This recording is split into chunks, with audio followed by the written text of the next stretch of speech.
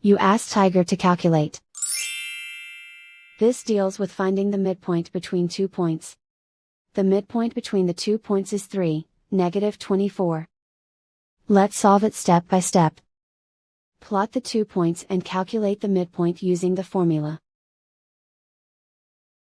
The coordinates of point 1 are, x1 equals -16, y1 equals -3. The coordinates of point 2 are, x2 equals 22, y2 equals -45.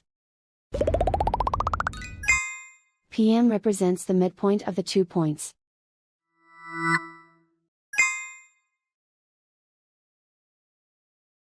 Use the x values in the midpoint formula to find the midpoints x. x1 equals -16. x2 equals 22. Simplify the arithmetic.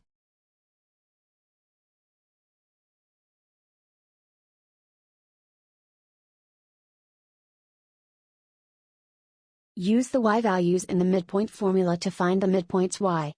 y1 equals -3. y2 equals -45. Simplify the arithmetic.